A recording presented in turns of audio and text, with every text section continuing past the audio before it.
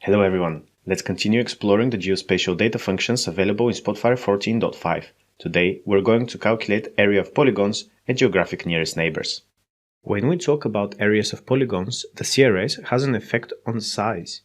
The assumptions behind each CRS have real consequences. For example, the popular CRS web marketer EPSG 3857 flattens the Earth to display maps on the screen, but it distorts area and distance, especially near the poles.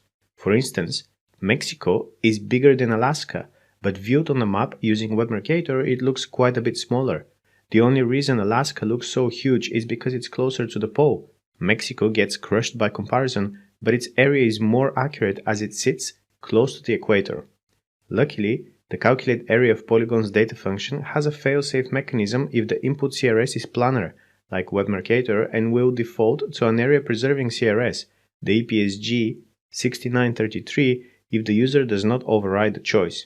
What happens if we calculate the area using the planar method for both original and reprojected transportation boundaries and bypass the fail-safe mechanism? Well, the consequences become bigger when we are dealing with bigger areas closer to the poles. Hence, I have already converted the CRS from EPSG 3071 to EPSG 4326.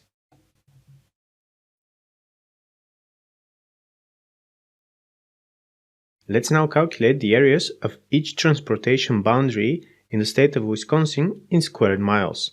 I'll go to my Analytics flyout and select Geographic Area of Polygons. Now I only need to select the geometry column,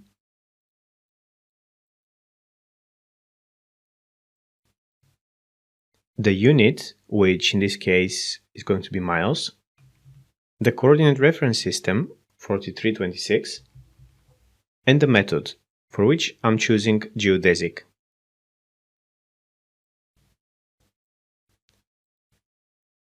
I'll go ahead and add the output as calculated columns to my transportation boundaries projected data table. And as you can see, if I add the new column, you now see the calculated area in square miles for each transportation boundary. Let's now calculate the nearest neighbor of each campus within our dataset. The inputs are the same as for the geographic distance matrix calculations, apart from specifying a maximum distance. The nearest neighbor is returned regardless of its distance.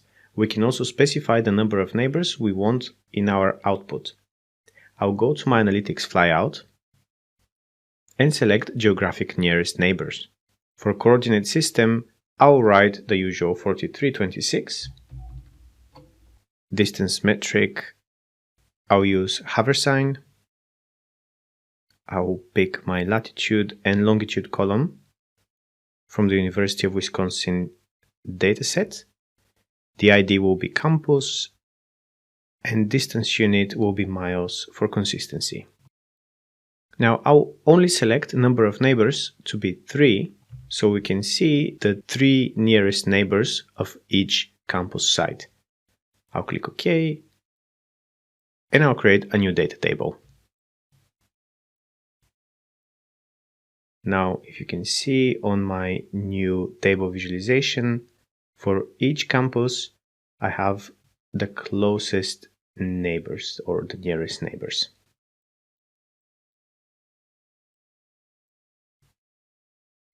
And that was it for today. Don't forget to like and subscribe.